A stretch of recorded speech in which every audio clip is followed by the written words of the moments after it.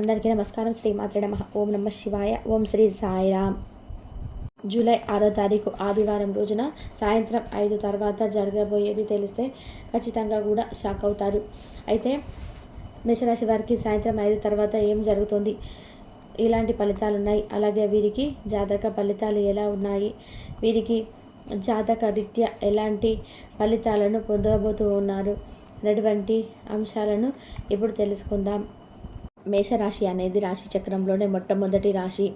అశ్విని నక్షత్రం 1, 2, 3, 4 పాదాలు, భరణి నక్షత్రం 1, 2, 3, 4 పాదాలు, కృతికా నక్షత్రం 1వ పాదంలో జన్మించిన వ్యక్తులని మేషరాశిగా పరిగణిస్తూ ఉంటారు.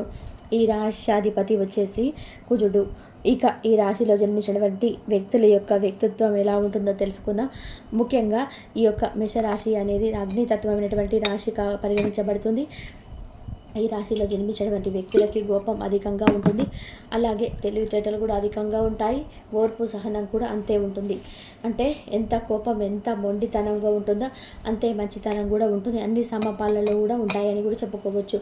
మేషరాశిలో జన్మించినటువంటి వ్యక్తులకి అతి చిన్న వయసు నుంచే కుటుంబ సమస్యల వలన కుటుంబంలో బరువు బాధ్యతలు మోయడం అనేది వీరికి చాలా అలవాటు అవుతుంది. అందువల్ల చిన్న వయసు నుంచే కష్టం చేయడం అనేది వీరికి చాలా అలవాటు. అందువల్ల వీరి ఎక్కువగా కష్టపడే స్వభావాన్ని కలిగి ఉంటారు. ముఖ్యంగా ఈ జీవితంలోనే మంచి అవగాహన అనేది కూడా కలిగి ఉంటారు. డబ్బుని ఎప్పుడు కూడా వృధా ఖర్చులు చేయరు. డబ్బు విలువ ఎక్కువగా తెలిసిన వ్యక్తులని చెప్పుకోవచ్చు.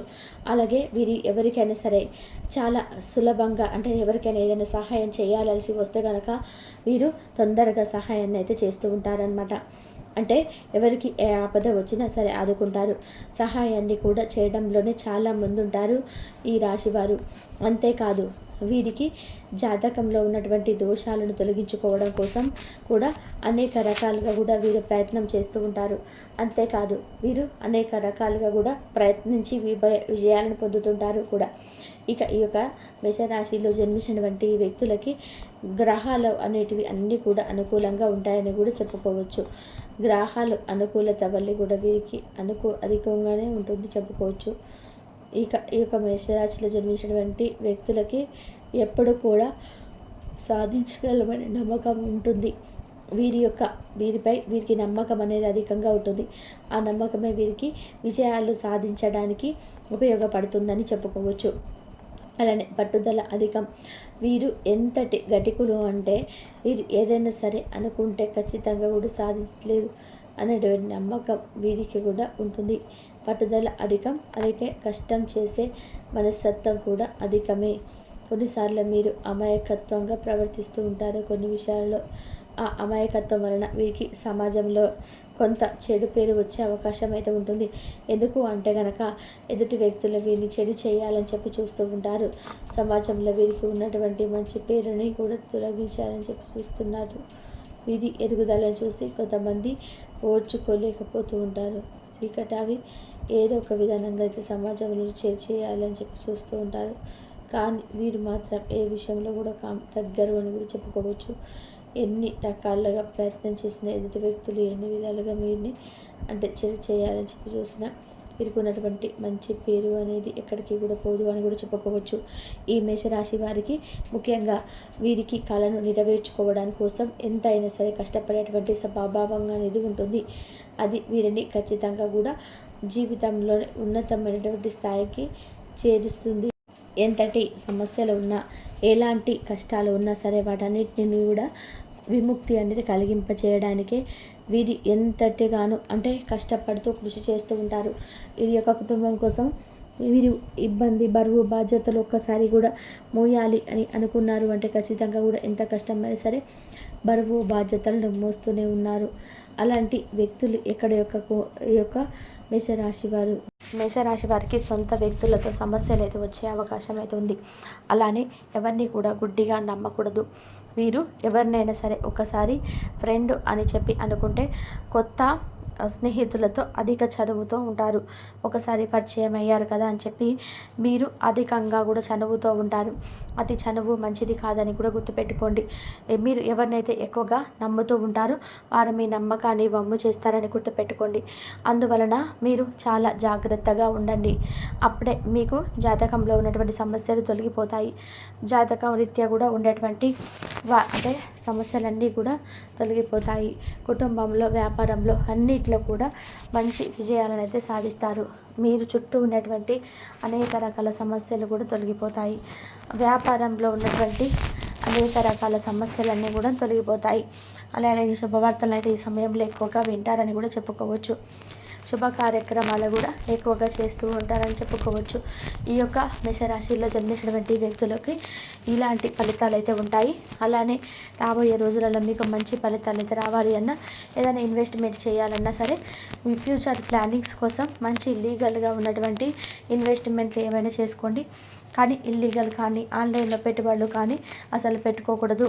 అలాగే లీగల్ వంటి వాటిలోనే మీరు ఎక్కువగా అంటే ఏదైనా ఇన్వెస్ట్మెంట్ చేయాలి. లేదంటే భూములు కానీ, స్థలాలు కానీ, గోల్డ్ కానీ వీటిపైన ఎక్కువగా ఇన్వెస్ట్మెంట్ చేస్తే కనుక వ్యాపారంలోనూ రాబోయే రోజుల్లో సమస్యలు అనేటివి ఉండవు అని చెప్పుకోవచ్చు.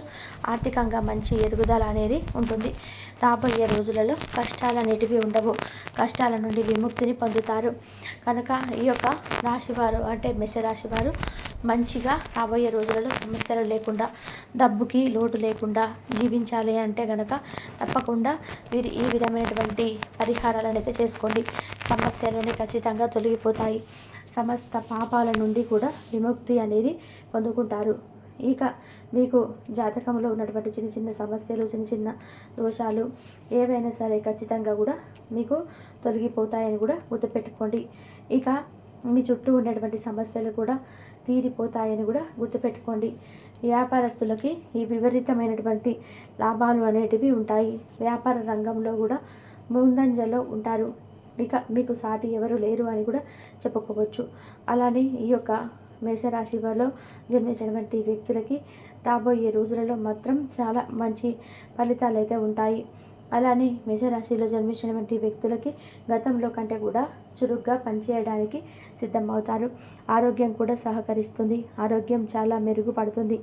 ఆరోగ్యంలో ఉన్నటువంటి చిన్న చిన్న చికాకులు కావచ్చు, లేదా ఒత్తిడి వంటివి తొలగిపోతాయి. మనశ్శాంతి పెరుగుతుంది. పని ఒత్తిడి అధికమవుతుంది. పని ఒత్తిడి అనేది కాస్త తగ్గించుకొని మీరు చాలా ప్రశాంతంగా ఉండడానికి ప్రయత్నం చేయండి. ఆరోగ్యంగా ఉండడానికి ప్రయత్నించండి. అప్పుడే మీకు చాలా ఆరోగ్యంగా ఉండగలుగుతారు. ఇక పని అనేది ఎక్కువగా అయ్యే అవకాశం అయితే ఉంటుంది కనుక చాలా జాగ్రత్తగా ఉండండి మేషరాశి వారి వ్యక్తులు. ఇక మేషరాశి వ్యక్తులకి ఏం జరుగుతుందో ఆకస్మిక ధనలాభం వచ్చే అవకాశం కూడా ఉంటుంది. ఏదైనా ఒక వైపు నుంచి ధనం రావడము, ధనం సంపాదించడానికి మార్గాలు కనిపించడం కూడా ఈ యొక్క మేషరాశి వారికి అయితే జరుగుతుందని కూడా చెప్పుకోవచ్చు.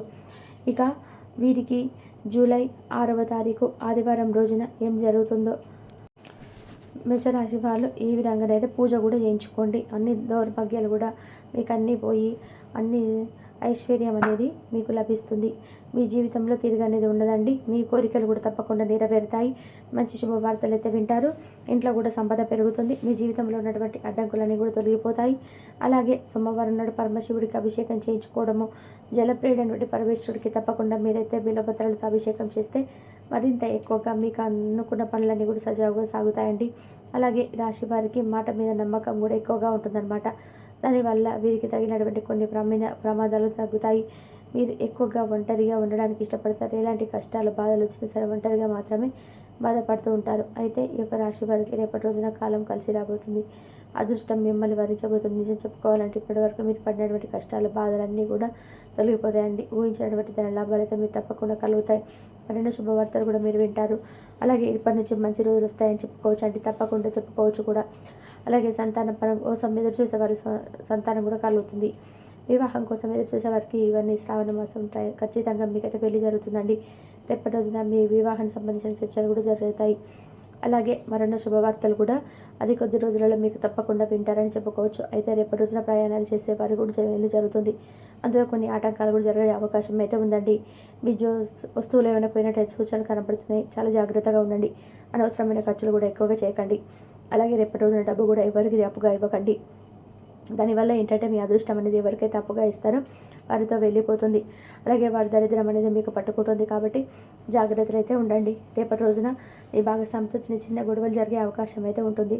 మీ బంధాన్ని కొంచెం దూరం చేసుకునేటువంటి పరిస్థితులు ఏర్పడతాయి. కాబట్టి మీరు ఏం చేస్తారంటే మీ బంధం కోసం అయినా కానీ ఆ గొడవలు ఏవైతే ఉన్నాయో వాటి కోసం కొంచెం అంటే మీ మనసును మీరే నిగ్రహం చేసుకోండి.